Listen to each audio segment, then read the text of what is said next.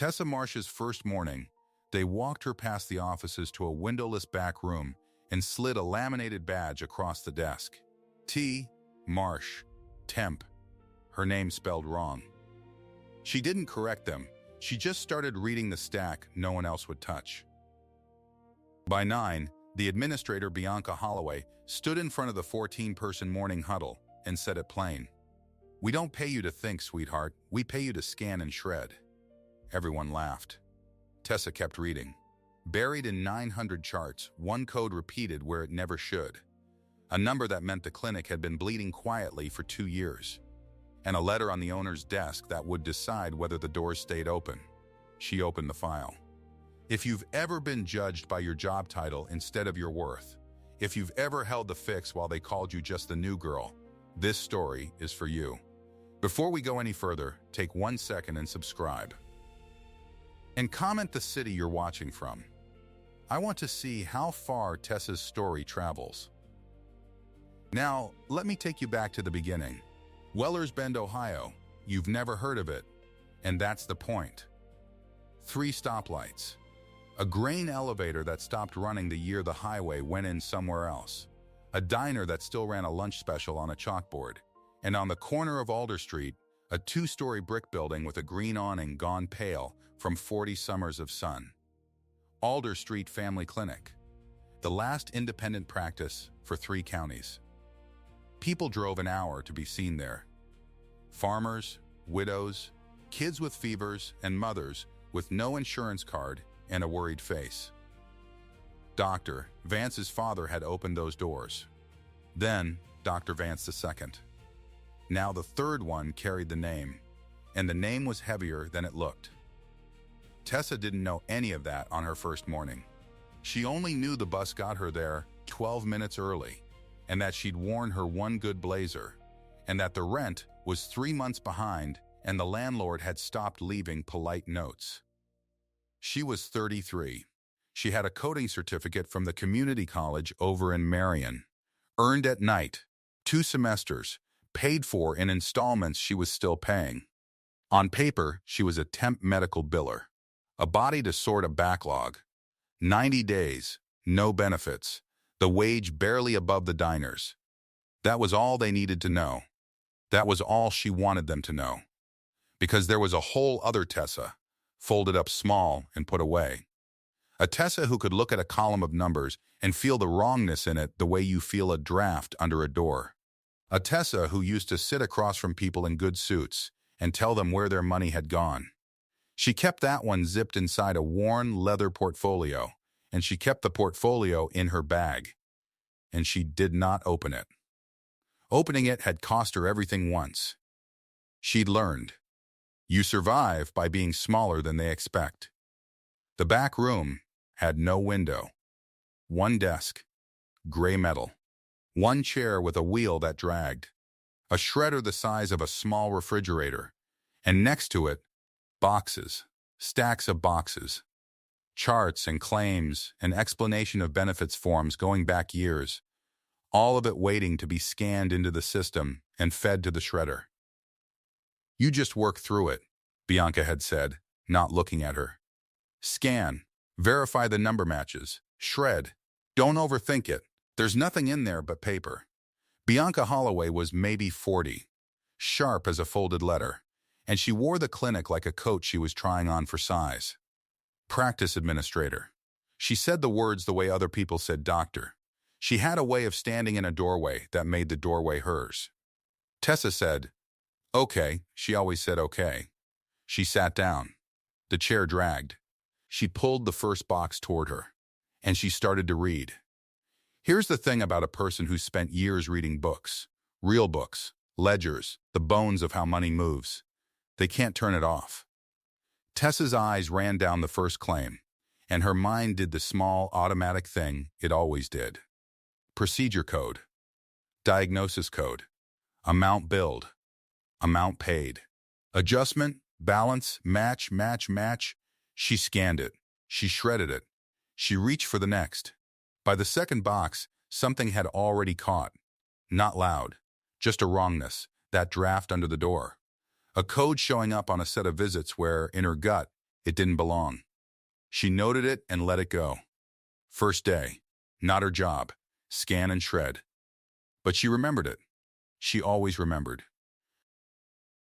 On her second day, she met a patient. She wasn't supposed to. Temps didn't go to the front. But she'd gone up to ask where the second scanner's toner was kept, and there at the reception window stood an old man, hands shaking, a letter crumpled in his fist. "They say I owe $1,100, he said. To no one. To the room. They say the insurance didn't cover the heart thing. But they told me. The girl told me it was covered. I asked twice. The receptionist, harried, phone ringing, said the thing they say. Sir, I understand, but the claim was denied. You'll have to take it up with your carrier." His face. Tessa would think about his face later. He wasn't angry. He was scared.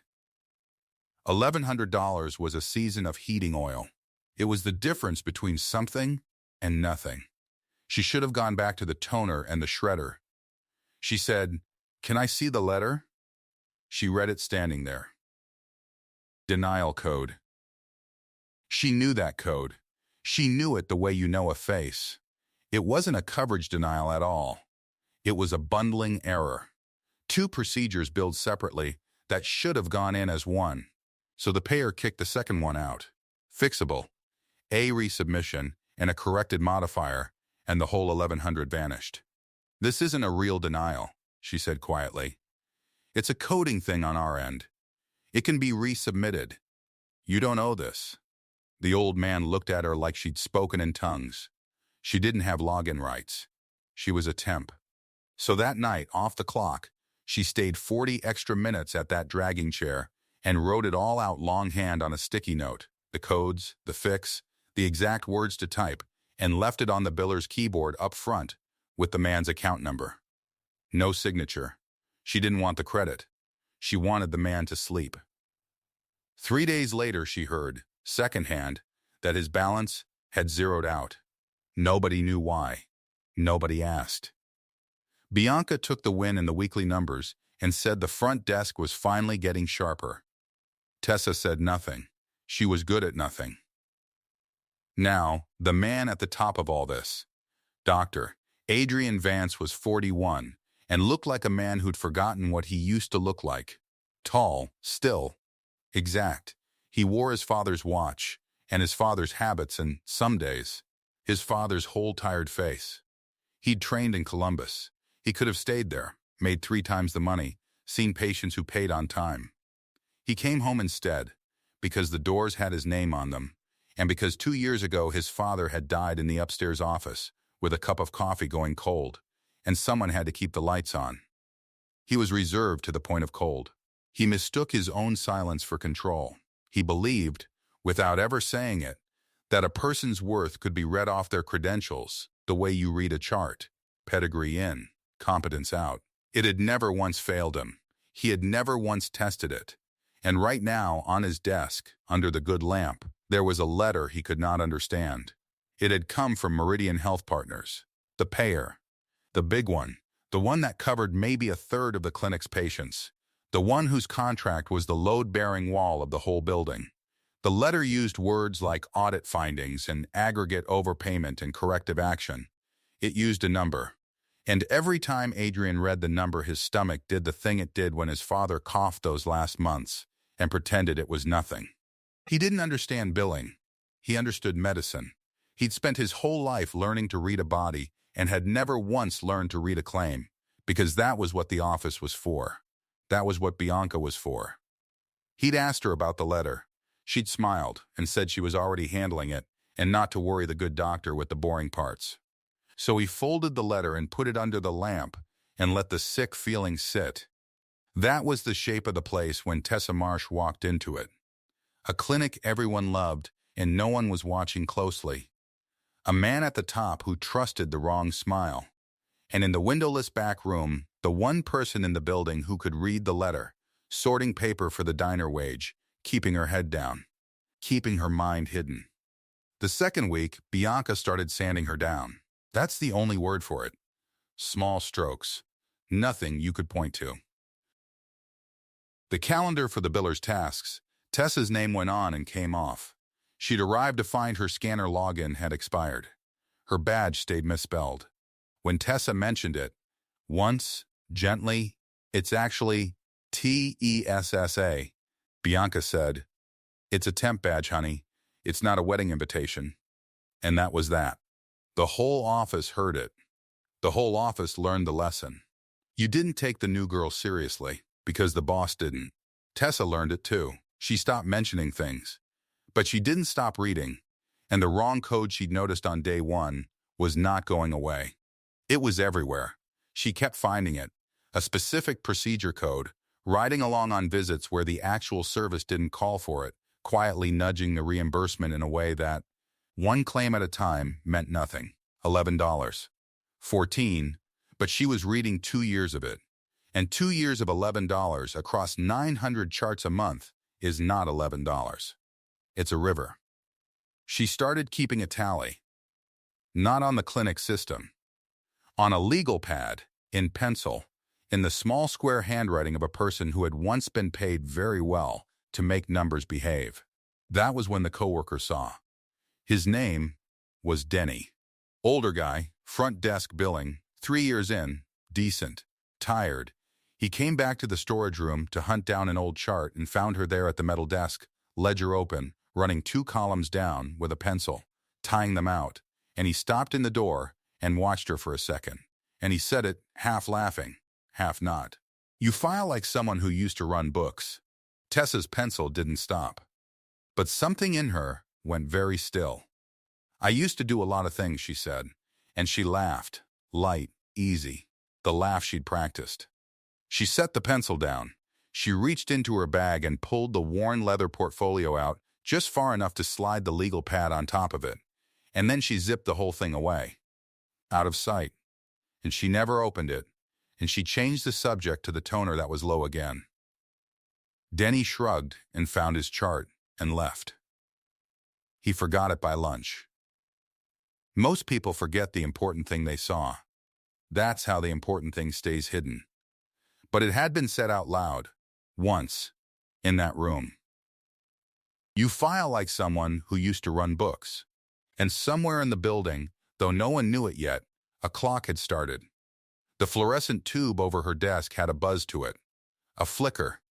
It had probably had it for years. No one worked back there long enough to complain. It got into your teeth after a while. That flicker, that low electric hum. Tessa didn't complain. Complaining was a thing you did when you thought you had standing. She was there late one night, not on the clock.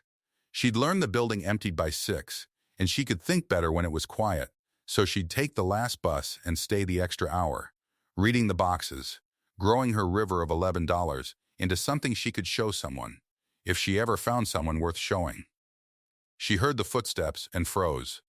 You froze when you were her. You made yourself small. It was Dr. Vance. He came down the back hall carrying a small step stool and a long thin box, and he didn't say welcome, and he didn't say what are you still doing here. He just looked up at the buzzing tube for a moment and set the stool down under it and climbed up and, carefully with the same still exactness he'd use, closing a wound. He pulled the dead tube and slid the new one in, and the buzzing stopped, and the flicker steadied into a clean, even light. The first clean light that desk had ever had. He got down. He folded the stool. He looked at her. One beat. Unreadable. Better, he said. Not a question. And he left. That was all. 4 minutes. One word. He hadn't asked why she was there after hours with no overtime she'd ever see. He hadn't said her name. Didn't know it. Probably had it as the misspelled badge if he had it at all. He just fixed the light over the least important person in his building because it was broken, and he was there. Tessa sat under the new clean light for a long time. First centimeter. She'd tell you she didn't notice. She noticed everything. That was the whole problem with her. The next morning she did something she'd sworn she wouldn't. She flagged the code, officially, to Bianca. She kept it small and deferential, the way you have to. She caught Bianca in the hallway, and said she'd been noticing a repeated procedure code on a lot of the older claims, and it might be worth a look, it might be affecting reimbursement, she'd be happy to pull examples. Bianca's face did something quick, and then smoothed. Which code? Tessa told her. That's a software mapping thing, Bianca said. It auto-populates. It's fine. It's been reviewed. A beat. Then cooler, you're a temp on a shred contract, sweetheart. You're not a coder here. Stay in your lane and we'll all be a lot happier. Of course, Tessa said. Sorry, she went back to her lane. But she'd watched Bianca's face on the word which code, and she'd been reading faces across a table since before Bianca learned to file.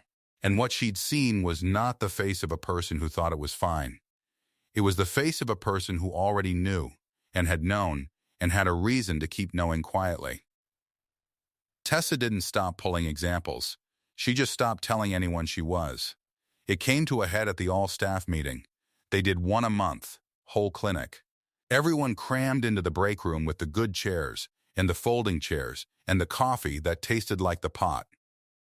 14 people, doctors, nurses, front desk, back office, and the temp, standing at the back by the shredder room door because there was no chair for the temp. Adrian ran these meetings the way he did everything. Short, flat, he usually let Bianca do the talking. But this time he stood up himself with a piece of paper in his hand, and the room felt it, the way a room feels weather. He read the Meridian letter aloud. He didn't editorialize. He just read it. Audit findings. Aggregate overpayment identified across a 24-month review period. And then the number. And when he said the number, the room went cold. $241,600. A clawback. Meridian wanted it back. The clinic had 30 days to file a corrective appeal proving the findings wrong, or pay it, or, and Adrian read this part in the same flat voice, which was somehow worse, or Meridian would terminate the in-network contract. The load-bearing wall. A third of the patients. The thing that kept the doors open. 30 days. $241,600. Nobody in that room had ever seen the clinic hold that kind of money. It didn't exist. It was a number from another planet, and it had landed on Alder Street. Somebody's chair creaked. Nobody breathed. Then Bianca stood up, smooth as water, and took the room back. Okay. Deep breath, everybody. Warm, in charge. A captain in a storm. I've been all over this since it came in. This is a software error. A mapping glitch in the upgrade we did 2 years ago. It's a known issue. It's documented. It happens to practices our size all the time. It's frustrating, but it's not on us. I'm already building the appeal. We show them it was the vendor system. They walk the number back. I do not want anyone losing sleep. This is my job, and I've got it. You could feel the room want to believe her. God, they wanted to. She was so sure. She had the words. And the alternative, that the wall might actually fall, was too big to hold. Adrian looked at her, and Tessa watched him want to believe her too. Pedigree in, competence out. She had the title. She had the certainty. That was how he read the world. And that was when Tessa Marsh, temp, from the back of the room, by the shredder, heard her own voice say, "That number's wrong." And it isn't the software. You have to understand what it costs a person like her to say 7 words in a room like that. She'd spent 2 years learning to be furniture. She'd folded herself away specifically so a moment like this could never find her again. But she'd been reading those boxes for 3 weeks, and she couldn't stand there and watch them build a lifeboat out of a lie and push it into the water. Every face turned, 14 of them. Bianca's smile didn't move, but her eyes did. I'm sorry, the temp has an opinion on our payer audit. It's not an opinion. Tessa's voice was quiet, but it didn't shake, and that was the strange thing. The thing that made people lean in. A software mapping glitch is random. It scatters. It hits every code, every provider, every date, evenly, because a machine doesn't care. This isn't scattered. It's one code, the same one. Riding on a specific set of visits, in a specific pattern, for 2 years. Machines don't do patterns like that. People do. Whatever this is, somebody set it up, and it's been running the same way every single day since. So the appeal Bianca's writing, the vendor error appeal, Meridian's auditor will open it, see the pattern, and deny it in an afternoon. Because you can't blame a computer for something a computer would never do. Silence, the kind of silence that has weight, that presses on your ears. Bianca laughed, one sharp note. This is unbelievable. Adrian. She scans paper. She's been here 3 weeks. She's confusing herself with actual credentialed staff, and honestly, this is exactly the kind of thing that happens when we let a temp think do you have examples? Adrian said. He wasn't looking at Bianca. He was looking at Tessa. First time. Really looking. Like a man who'd walked past a painting 100 times, and just now noticed there was a face in it. Tessa met his eyes. Yes, she said. I have 3 weeks of them. That's enough. Bianca's voice cracked up half a register, and everyone heard the crack. And you can't unhear a crack like that. I am not going to run this practice by committee with a shred temp. Adrian, if you want my professional recommendation, we thank Miss Marsh for her enthusiasm and we let her finish her contract in the backware. That's enough, Adrian said. Quietly to Bianca. The whole room turned to ice. He looked back at Tessa for one more second. Something worked behind his face, something he didn't have a word for and didn't like. Then he folded the letter and said, "Meeting's over," and walked out and left 14 people staring at a temp who just called their administrator a liar to her face and hadn't been thrown out for it. Bianca found Tessa in the parking lot 20 minutes later, and this part had no witnesses. And Bianca made sure of that. "I don't know what you think you are," she said. "Clothes, low, all the warmth gone. But I've watched 100 little strivers like you come through here thinking they're special. You're a line item on a 90-day contract. I can end you with an email. So here's your one warning. You embarrass me in front of my doctor again, and you'll wish you'd stayed invisible. Do we understand each other, sweetheart?" "We understand each other," Tessa said. And she meant it more completely than Bianca could possibly know. Because Tessa understood, now, everything. The face on which code. The too-fast certainty. The word sweetheart doing the work of a muzzle. She understood that Bianca wasn't afraid of a temp with an opinion. Bianca was afraid of a temp who was right. That night, Adrian Vance stayed in the upstairs office until 11, in his father's chair, and he did something he had never once done in 3 years of owning the place. He pulled the charts himself. He didn't know how to read them. That was the humbling part. He sat there, a physician who could name every bone in the hand, and he could not tell a bundled claim from an unbundled one. But he could count. And Tessa had said one code, same pattern, and so he pulled 20 charts from the flag boxes. He'd had to go down to the back room to find them, and the light over that gray desk was clean and new, and he remembered fixing it, and hadn't known whose desk it was, and he laid the 20 claims out on his father's blotter, and he looked for the code.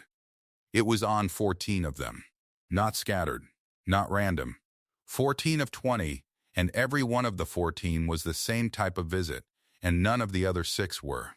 A pattern. Machines don't do patterns, people do. He sat back. The watch ticked on his wrist, and for the first time since the letter came, the sick feeling in his stomach changed shape. It wasn't fear of a number anymore. It was something colder and clearer. Someone in his building had done this, and the only person who'd been able to see it was the one everyone had agreed didn't count. He couldn't disprove her. He'd tried. In the honest part of himself, he tried. And he couldn't. The temp was right. He didn't tell anyone. Not yet. But the next morning, 3 of his own charts, the ones he dictated, the ones that went through billing, got routed, quietly, without a note, into the backroom temp's scanning queue. Just his. Just to see. And a few days after that, when he learned from an offhand comment that the temp didn't take a lunch, ever, that she worked through it because a temp lunch was a temp not earning. He came back from a catered lunch and learned the drug reps had put on, and there was a full plate left on the break room counter, and when everyone had gone he carried it back and set it on the gray metal desk under the clean light, and said nothing, and left. Tessa found it, a plate of good food, still warm, no note. She knew whose it was. There was only one person in that building who fixed broken things without signing his name to it. She ate every bite, and she added it, quietly, to a tally she wasn't keeping on any legal pad. A second centimeter. A third. She'd swear to you it meant nothing. She noticed everything.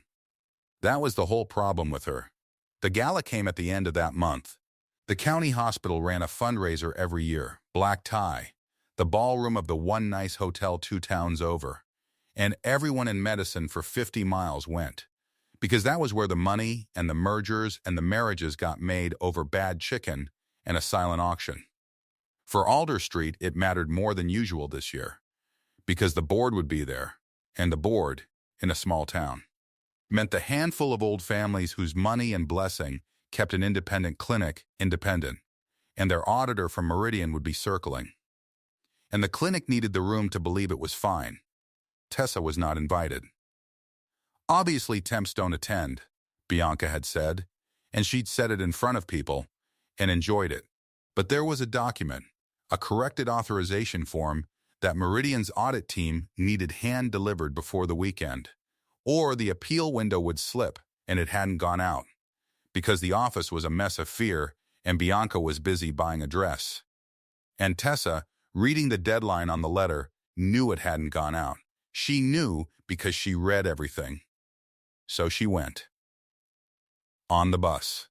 In the one good dress she owned, which was 5 years old and the wrong kind of good, cotton where the room would be silk, and she walked into that ballroom under the chandeliers with a manila envelope in her hand, and every single head that turned to her said, without a word, "You don't belong here."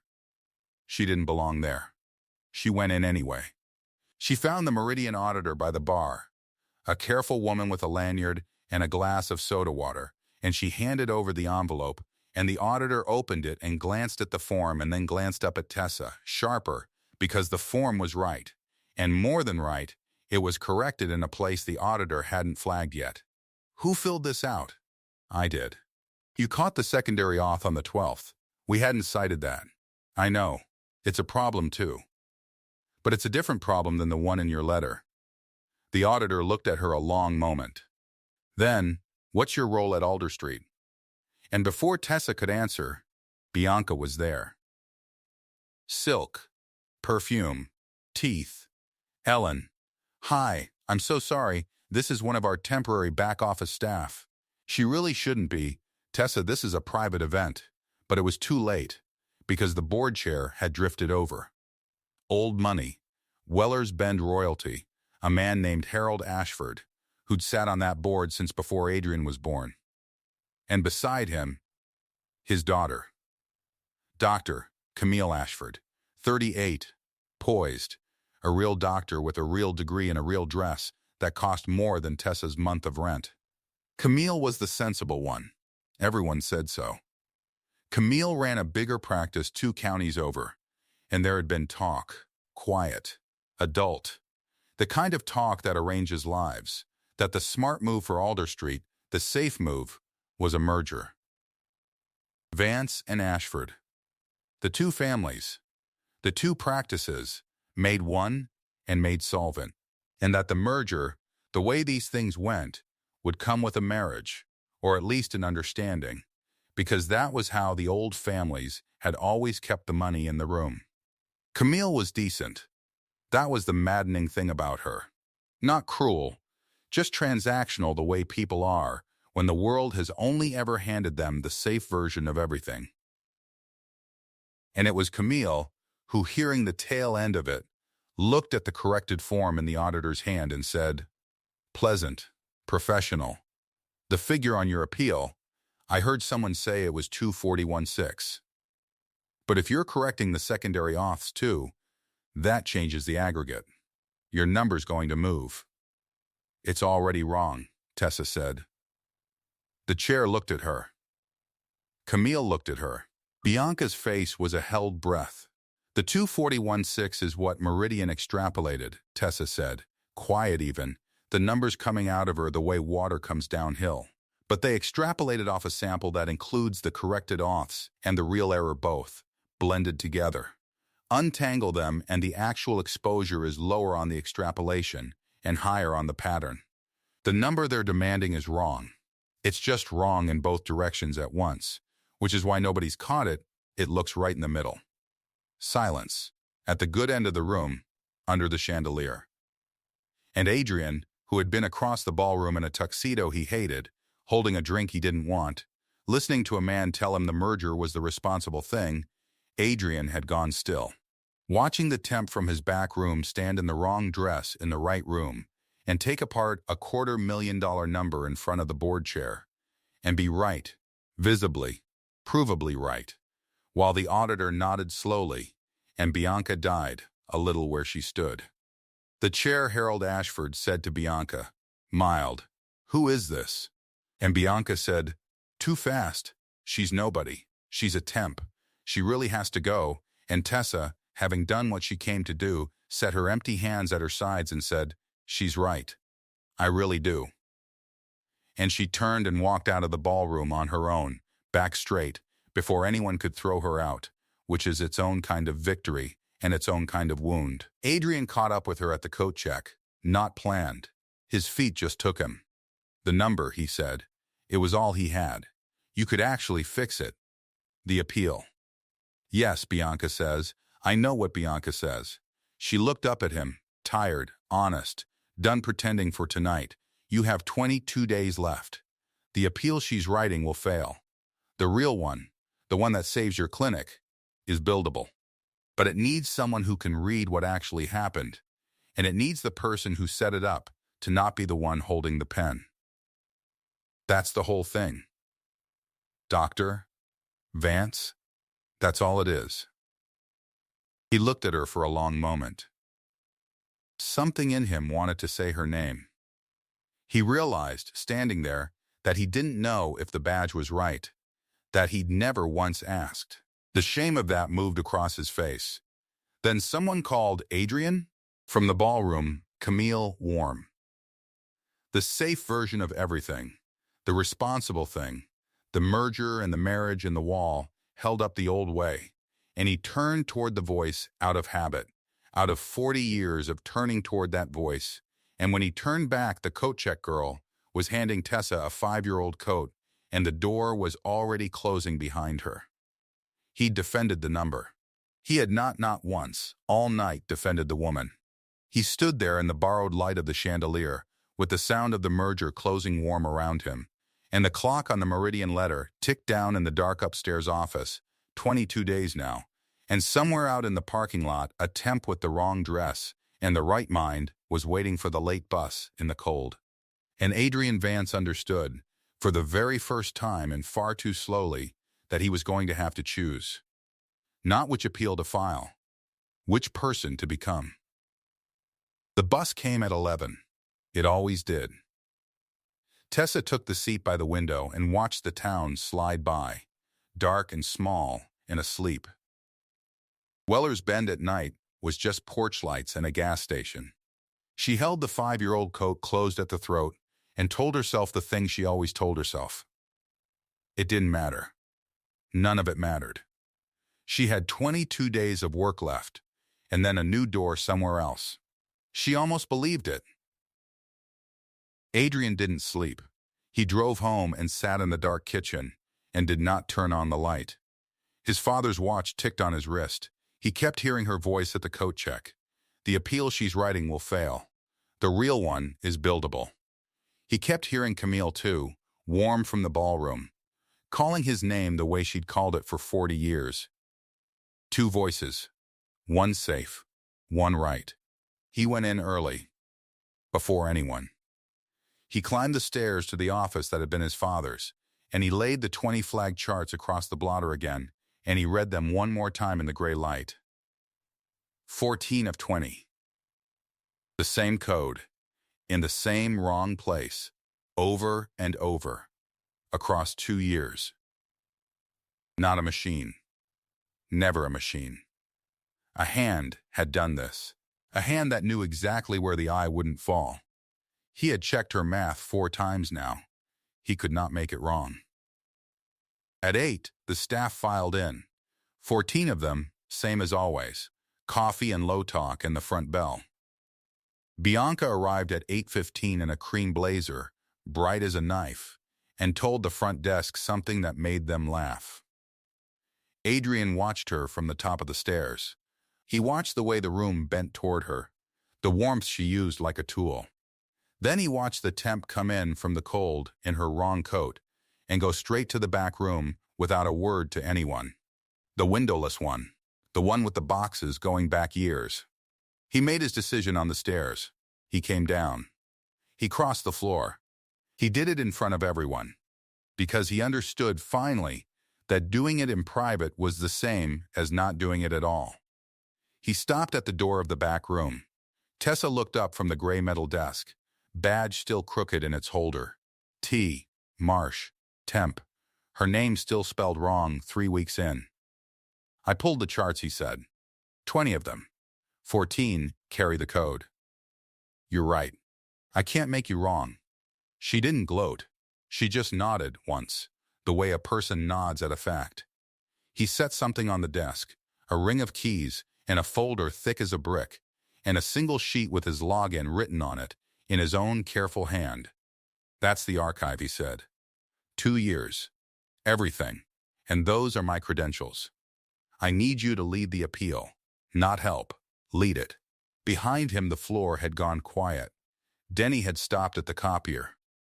Bianca stood in the middle of it all, with her cream blazer and her bright, ready face, and for the first time it wasn't ready. It had gone still. Adrian, Bianca said. Warm. Careful. She's a temp. The board wants. I know what the board wants. He didn't turn around. He was still looking at Tessa. The board wants me to let her go and take the merger. Camille's practice absorbs ours. The clawback becomes somebody else's problem, and my father's name comes off the door in 18 months. He set his jaw. That's not saving the clinic. That's burying it in a nicer suit. He picked up the folder and put it into Tessa's hands himself. His hands were not quite steady. Hers were. 22 days, he said. Tell me what you need. Tessa looked down at the archive, then up at him. And she said the thing she'd been not saying for 3 weeks, the thing that gave her away, and she let it. A room with a door that closes, she said. Coffee, and every claim you filed since the code first appears. All of it, not the summaries, the raw. Tessa, he said her name like he was testing whether it would hold weight. It's on your desk by tonight. It was the first time anyone in that building had used her name at all. Bianca's smile came back up, but it came up slow, and it didn't reach anywhere. They worked nights. The clinic emptied at 6, and the 2 of them stayed. Tessa spread the charts across the big table in the upstairs office, his father's office, and taught him how to read his own numbers. He was smart. She'd give him that. He learned fast. But he'd never once been shown where to look, and she showed him, night after night, the wrong code, sitting in its wrong place like a splinter under the skin of the ledger. Here, she'd say, and put a pencil tip down. This procedure. It requires a prior authorization. You see the auth number in the field? No. Right. Because there isn't one. It got waived on the front end, and the code got mapped up a level, and the payer paid the higher rate. Once, that's a mistake. 900 charts a month for 2 years? In a pattern? That's a decision. He'd sit back. He'd rub his eyes. He'd look at her across the spread paper and the 2 lamps, and something in his chest would do the thing it had started doing, the thing he had no name for and did not want a name for. They fell into rhythms.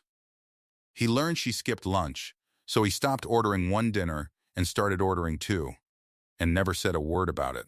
Just left the second box by her elbow. She learned he made coffee bitter enough to strip paint, so one night she made a pot her way, and the next night he made it her way without being asked, and neither of them mentioned it, and both of them noticed. Once they reached for the same chart, and their hands landed together on the paper. Neither pulled back for a second longer than a second should be. Then both did, at once, and looked hard at the ledger. The money meter ran down. 20 days. 18. The heart meter ran up. Neither of them would look at the second one straight. On the 12th night she found it. She'd been chasing the front-end waivers, the place where the authorizations should have been and weren't, and the waivers all traced back to one workflow. One shortcut. One person had rewritten the intake procedure 2 years ago to skip a verification step, to move faster, to clear more charts a day, and the shortcut had left the door open for the upcoding to walk right through. The revision memo had a name on it. It had an approval initial on it. B. H. Tessa sat very still with the page in her hand. "What is it?" Adrian said. She turned it around and slid it across to him under the lamp. He read it once. He read it twice. She watched his face do the thing hers had done at the meeting weeks ago, the thing she'd caught on Bianca. The recognition. The click. "That's Bianca's," he said. "That's Bianca's." She cut the step. She cut the step. Everything after that flowed downhill. Tessa kept her voice even, the way you keep your voice even around something sharp. I'm not saying she sat down and planned to defraud a payer for 2 years. I'm saying she took a corner to look fast and efficient and indispensable. And the corner bled the clinic and inflated the numbers she reported up. And when the letter came, she needed it to be software. Because if it's software, nobody's fingerprints are on it. If it's a decision, hers are. Adrian set the memo down very gently, the way you set down something that could go off.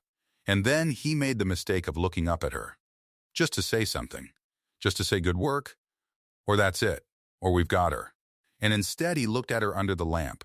Hair coming loose. Sleeves pushed up. The mind he'd been told didn't exist, laid right out on the table in front of him for 12 nights running. And he understood, with a completeness that frightened him, that he was never going to be able to walk back into that clinic and see a temp in the back room again. He'd see her. He would only ever see her now. It was not a thing he could unsee. That was the whole trouble with it. It was not a thing he could give back. "Tessa," he said, and stopped, because he didn't have the next word and both of them knew what the missing word was. "Don't," she said. "Quiet, not unkind. We have 18 days. Let's use them." He nodded. He looked down at the memo. But the thing had happened. And it did not unhappen. And they both worked the rest of that night with it sitting in the room like a third person. Bianca moved first, the way cornered things do. She'd felt it coming. She'd watched the temp go up those stairs every night with the owner and not come down. And she'd watched Adrian stop laughing at her jokes. And she was not a stupid woman, whatever else she was. So she went looking. She had the sort of contacts a person collects over years of wanting to marry into the right set. She made calls. She pulled a thread. And the thread had a name on the end of it. And the name was Tessa's. And it went back 6 years. To a state 2 over. To a CPA license and a fraud finding. And a career that ended in a single week and never started again. Bianca did not go to Adrian with it. She was smarter than that. She waited for morning, for the floor to be full, for the 14 of them to be standing around the front desk with their coffee, and then she brought it out into the light where it would do the most. "Can I ask everyone something?" Bianca said. Warm, so warm, and the floor turned toward her the way it always did. "Before we hand the whole practice's billing to our temp, before we bet the clinic on her," she turned to Tessa, who had just come in from the cold. "Tessa, or should I say, should I use the license number? The one the state board pulled? For fraud?" The floor went quiet. That specific quiet. "You had a CPA license," Bianca went on, gentle as a nurse. "You lost it. For fraud, 6 years ago. And nobody in this building knew. Because you came in here as a shred temp, and you let us think that's all you were. And meanwhile, you've had your hands in 2 years of our claims." She let it land. She was good. You let a convicted fraud touch our billing, Adrian. That's the appeal. That's what Meridian sees when they pull the author of it. A woman the state took the license from. Every face turned to Tessa. And Tessa, this is the part that mattered, the part Adrian would replay for 4 days. Tessa did not flinch, and did not explain, and did not beg. She had lived this exact morning before, in a different building, in a different state, and she knew there was no sentence that would fix it in a hallway. Explaining to a crowd was just bleeding faster. She looked at Adrian. And Adrian, third generation, exacting, grief-hardened, taught his whole life to trust the credential over the person standing in front of him. Adrian hesitated. It was 1 beat, maybe 2. His mind said the pattern is real, and she found it, and the memo is Bianca's, and none of that changed in the last 10 seconds. But his face, the trained part of his face, the part his father built, went to the word fraud and stalled there. And the stall was visible. And Tessa saw it, because seeing was the thing she did better than anyone in that room. That was all she needed to see. She walked to the front desk. She took the badge out of its holder. T. Marsh, temp, her name still wrong. 3 weeks and no one had ever fixed it, and she set it flat on the counter next to the sign-in sheet. 900 charts a month for 2 years, she said to no one, to all of them. The appeal's built. It's on the server under his login. It saves the clinic. It doesn't need me to sign it. She looked at Bianca, once without heat. You should hope somebody files it. Then she picked up her worn leather portfolio and her wrong coat, and she walked out the front door with her head level and her back straight, past the offices, out into the cold, the way she'd been walked in. The deadline was 4 days away. The appeal sat unsigned. The badge sat on the counter, face up. Adrian stood in the middle of his father's clinic and understood that he had done it again, that he had turned toward the safe voice out of 40 years of habit, that when the moment came to defend the woman, and not just the number, he had stalled on a word. He went up to the office, and he sat with the 20 charts, and he could not read them. He'd forgotten how. She'd been the one who could read them. And then his eye went to the corner of the desk, where she'd left something in the rush of leaving, or not left it, or left it on purpose, he'd never know. The leather portfolio's twin. The thin one. The one the coworker had once said you file like someone who used to run books over. The one she'd zipped shut and never opened in front of anyone. It had slid halfway under a chart. She'd left it. He should not have opened it. He opened it. Inside was not what Bianca had promised. Inside was the other half of the story, the half that never makes it into a hallway. There was a finding, yes, but there was also an affidavit. There were letters. There was a record, notarized, of a man, her father, who had run a small practice as books and cut a corner of his own, a real one, a bad one, in a bad year, and who had been 68, and sick, and about to be ruined and prosecuted. And there was Tessa, 30 at the time, the licensed one, the one with the standing to take it. She had signed the statement that took it onto herself. She had surrendered the license so the finding would land on her and not on him. No charges, no trial. She had never been convicted of anything. She had simply set her whole career down on the ground and walked away from it, so her father could die at home instead of in a courtroom. She had let the world call her a fraud to keep from calling him one. And she had come to Weller's Bend and taken a shred job in a windowless room and let a woman in a cream blazer say, "We don't pay you to think, sweetheart." And she had swallowed all of it, because being underestimated was the one thing that had never cost her anyone she loved. Adrian sat with the portfolio open under the good lamp for a long time. Marcus found him there. The IT tech, easygoing, in the doorway with a laptop bag on his shoulder and a look on his face that wasn't easygoing at all. "You opened it," Marcus said. "You knew." "No," I guessed. "She's careful." Marcus set the bag down. He was quiet a second.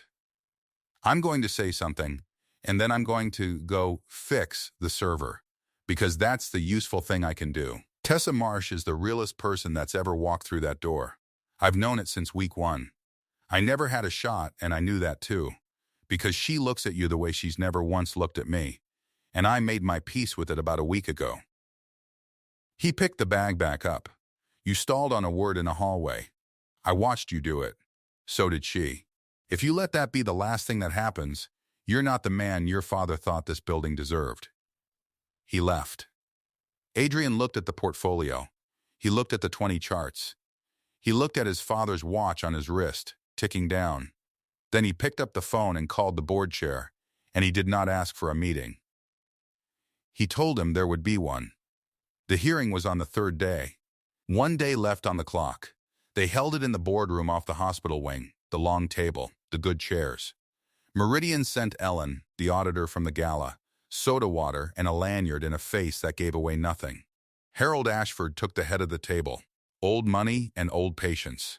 Camille sat at his right hand, sensible and composed, the merger papers in a folder in front of her, ready. And Bianca sat near the middle in a cream blazer, and she had never looked more indispensable, because she had spent 3 days making sure the story in the room was software glitch and disgraced temp, and take the merger, it's cleaner. Adrian came in last. He had the appeal packet under his arm and the portfolio under that. "We're here to close this," Harold said. "Meridian's demand stands at $241,600. Contract terminates tomorrow if it's unresolved.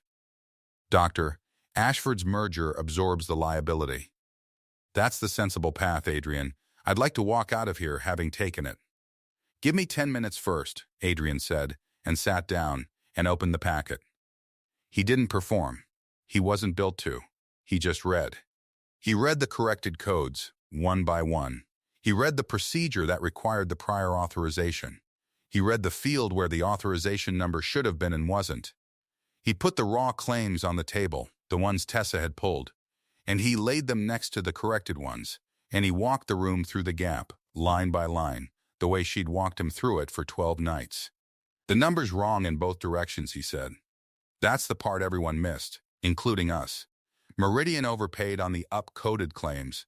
That's real. That's owed back. But the clinic also underbilled on the legitimate ones underneath, because the same broken workflow buried the correct codes. Net the two."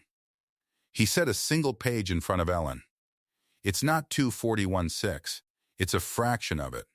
And the fraction is fully documented, coded, and appealable inside the deadline." Ellen picked up the page. She read it. She read it a second time, the way careful people do. She said nothing yet, but she set her pen down, and a set-down pen from an auditor is a kind of answer. "And the source," Harold said. "Software, I'm told." "No," Adrian said. He put the memo on the table. "The revision. The workflow that skipped the verification step 2 years ago. He turned it so the initials showed. A person rewrote the intake to move faster and look efficient," he said. "The shortcut waived the front-end check. Everything up-coded downstream of it. 900 charts a month. For 2 years. Not a machine. A decision. Approved and initialed." He looked down the table. B. H. Bianca. The room turned. Bianca's face did the thing warm faces do when the warmth is switched off from inside. She started to speak. "That's a routine efficiency memo. It was standard." And Ellen, the auditor, said quietly, without looking up, "It waived the authorization capture."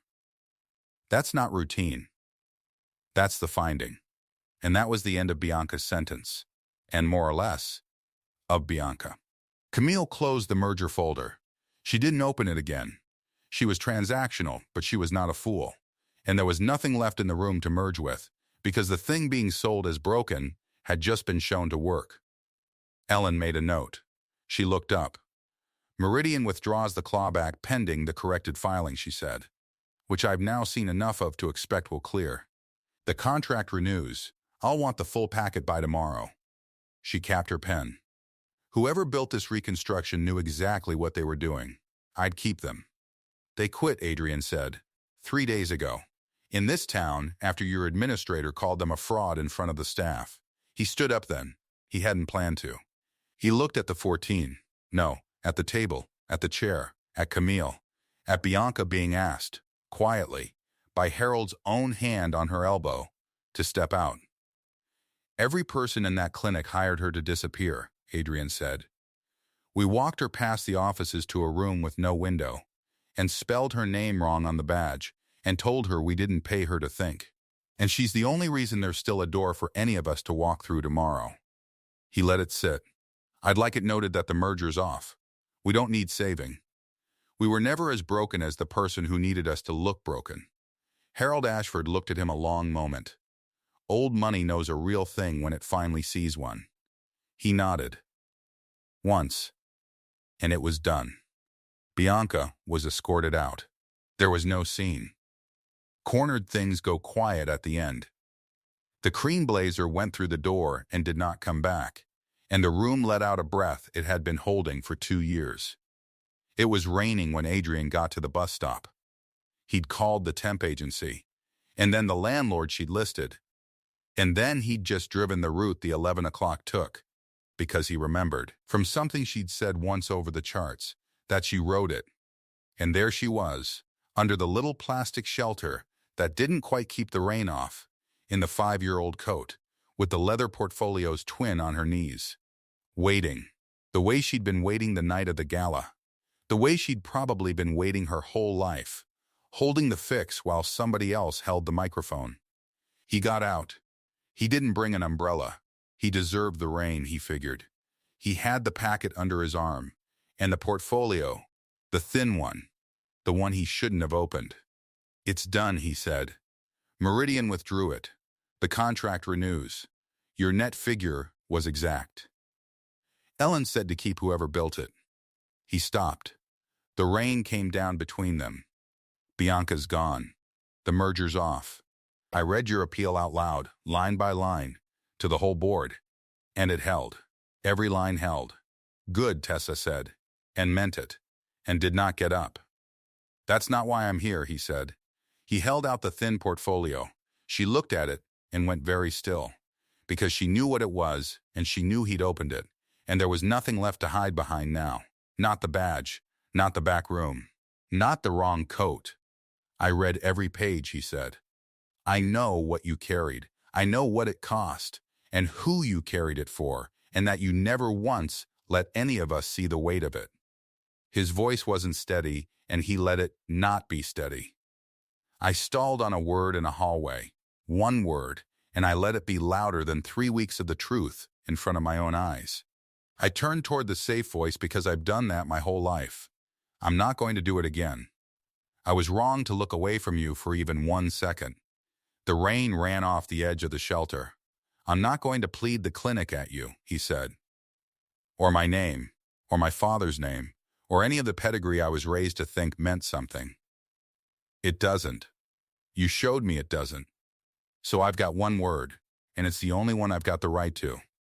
He held the portfolio out into the space between them, out into the rain, so she'd have to reach for it. Stay. Tessa looked at him a long time. 33 years of being underestimated had made her slow to believe a thing like this, and careful. And she was both of those now, in the rain. She didn't say yes. She never was one for the words.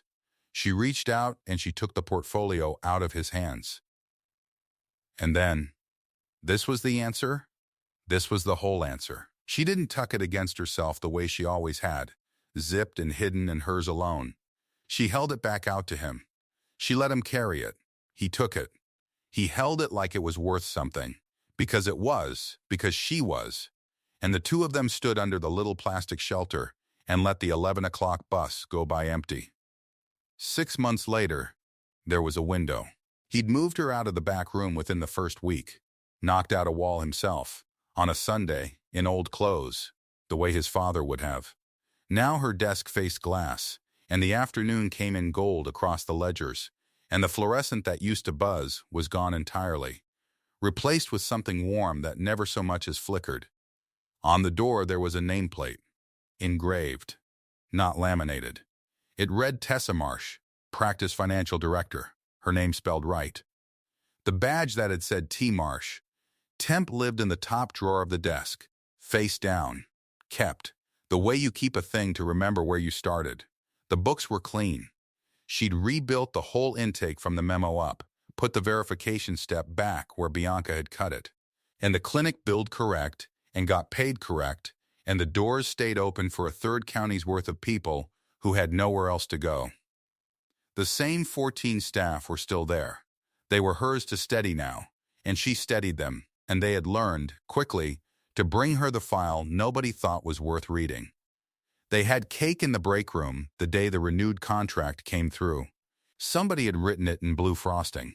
The new administrator, Bianca's replacement, young, earnest, still learning, stood next to Tessa with a paper plate and asked the question the earnest always ask. How'd you catch it? The whole thing. 2 years. And nobody saw it. And you'd been here 3 weeks. Tessa cut a slice and handed it over. I read the file no one thought was worth reading, she said. Even, dry, and that was all. Across the room, Adrian caught her eye over the heads of the 14 and didn't say anything, because they'd gotten good at not needing to. He just lifted his coffee, made her way. Bitter enough to strip paint the first week, exactly right by the second. That night he was last out, the way he always was. He stood in the doorway of the office that had been his father's and was now theirs, in a manner of speaking, and he reached for the good desk lamp the way he had 1,000 nights. He left it on. 2 chairs at the table now, 2 lamps in the window when you drove past on Alder Street after dark. The last independent practice for 3 counties. Still standing.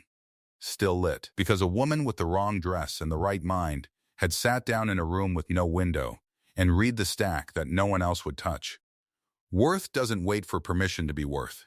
It just reads the file and does the work and waits, if it has to, at the bus stop in the rain, until somebody finally has the sense to leave the light on.